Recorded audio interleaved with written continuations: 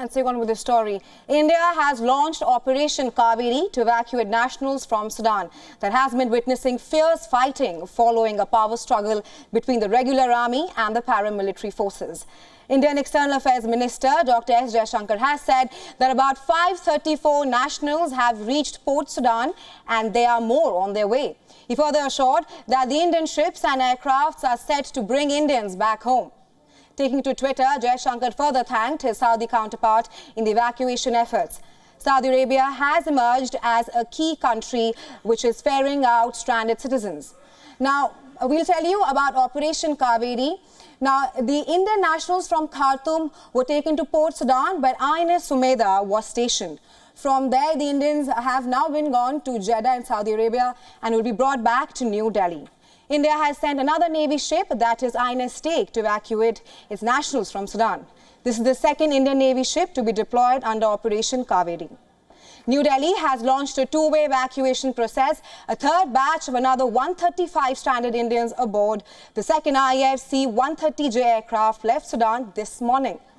Now, earlier on Wednesday, the Ministry of External Affairs tweeted that 121 passengers left Sudan by the IAF C-130J aircraft. Now, India is making efforts to evacuate Indians from Sudan. A total of 500 Indians have been evacuated in 3 batches. The first batch was by first IFC 130J, 120 Indians were brought from Sudan. The second consisted of 135 and the latest 278. We just told you how they have reached Port Sudan and they're on their way to Jeddah. India is making efforts to evacuate almost 3,000 Indians from Sudan during the 72-hour window of ceasefire announced by the regular army and the paramilitary force.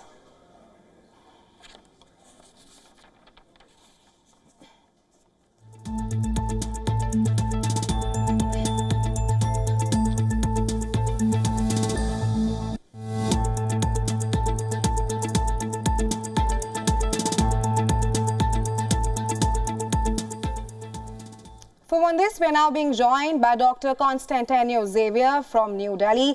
He's a research fellow for foreign policy at Center for Social and Economic Progress. Thank you so much for joining us, Mr. Xavier.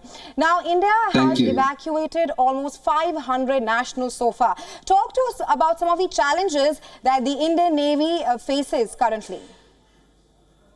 These are very complex operations. It's difficult to think of anything that the government of India needs to do beyond its borders that is more risky, more complex, short of a full-fledged war. These are active conflict zones. In Sudan, there's active fighting. There have been dozens of killed in combat already. So you have to communicate with Indian expatriates, tell them where to come to, how to get them home. You have to bring them from mostly the capital area of Khartoum, in the case of Sudan, to the port area, Port Sudan. Then you have to put them either on Indian Air Force planes, the C-130s, or on the patrol ship, the INS Sumeda, for example. Then you have to bring them to Jeddah in Saudi Arabia. Then you have to fly them on civilian airliners from Jeddah to their respective home location, mostly in South India in this case. So it's extremely difficult operations because they're also made in conflict and over very few days that India has to decide. Right, Mr. Xavier. Now, Saudi Arabia has clearly emerged as one of the key nations who are helping in all these evacuation process that is currently taking place. But talk to us as to what lies ahead for those who are still stuck in Sudan. The 72-hour ceasefire brokered by the United States has clearly failed at the moment.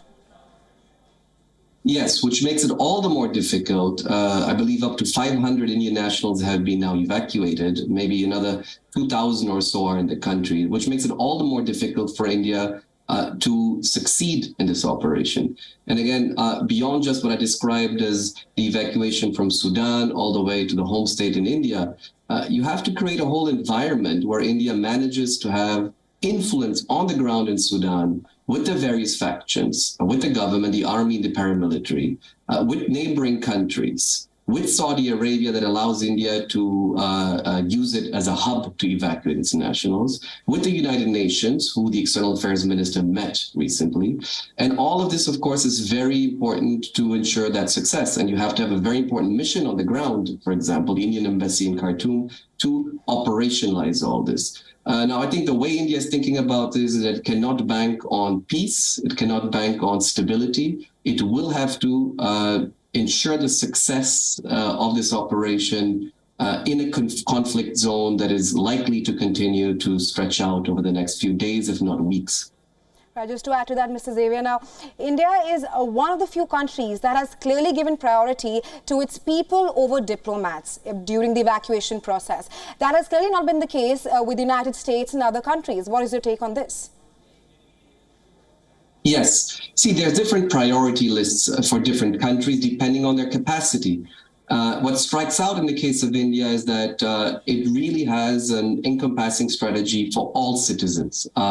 The UK, for example, has faced difficulties in accessing and securing its citizens in Sudan. So that tells you also about the work that India has put in diplomatically with Sudan, with Saudi Arabia in the case I gave, or other countries, to ensure that its citizens are protected and not attacked, and that you have, not only just a few elite people that are evacuated, but that every single national, whichever circumstance, whichever professional status they have, is brought back home to safety. And again, practice makes perfect. India has done this for a long time in this area of the world, in Sudan, Eritrea, in Africa, in Burundi, Rwanda, Congo. India has done many of these evacuation operations in the 1980s, in the 1990s. Of course, in the Middle East, in 1990, the airlift from out of Iraq via Jordan.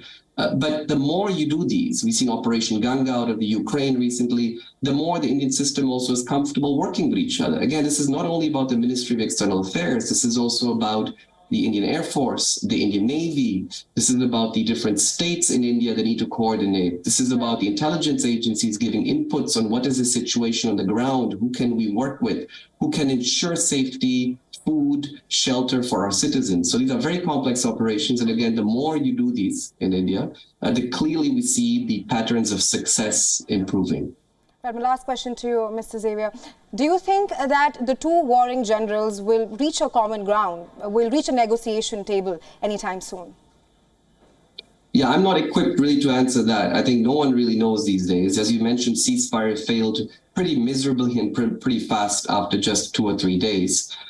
So I think India is certainly not banking on that and should not bank. You should, in these operations, look at the worst case scenario, which is an increase in hostilities. Again, Sudan has a long history of political conflict, of violence. And I think it would be naive to be optimistic at this point and hope that some ceasefire can be implemented sooner rather than later. But again, let's see. For the evacuation operation in particular, India always takes that worst case scenario. And let's not forget, there are tremendous domestic expectations and pressures here in India. People want their relatives back home. And it takes a lot to these operations. I think what this stands out in this case is that India has, as usual, also offered its evacuation services to Sri Lanka, for example, to other neighboring countries. We've had cases where India out of Yemen, for example, evacuated American and European nationals on its own Air Force carrier planes. So I think that what stands out is India offers these services now to other countries and has actually done relatively better than some of the most so-called capable Western countries that are having facing difficulties in getting diplomatic access, in getting security access to ensure the safety of their own nationals and their return to their home countries. Right. Thank you so much, Mr. Xavier, for joining us on WION and sharing your insights with us on this. We will, of course, be tracking this very closely. Thanks very much.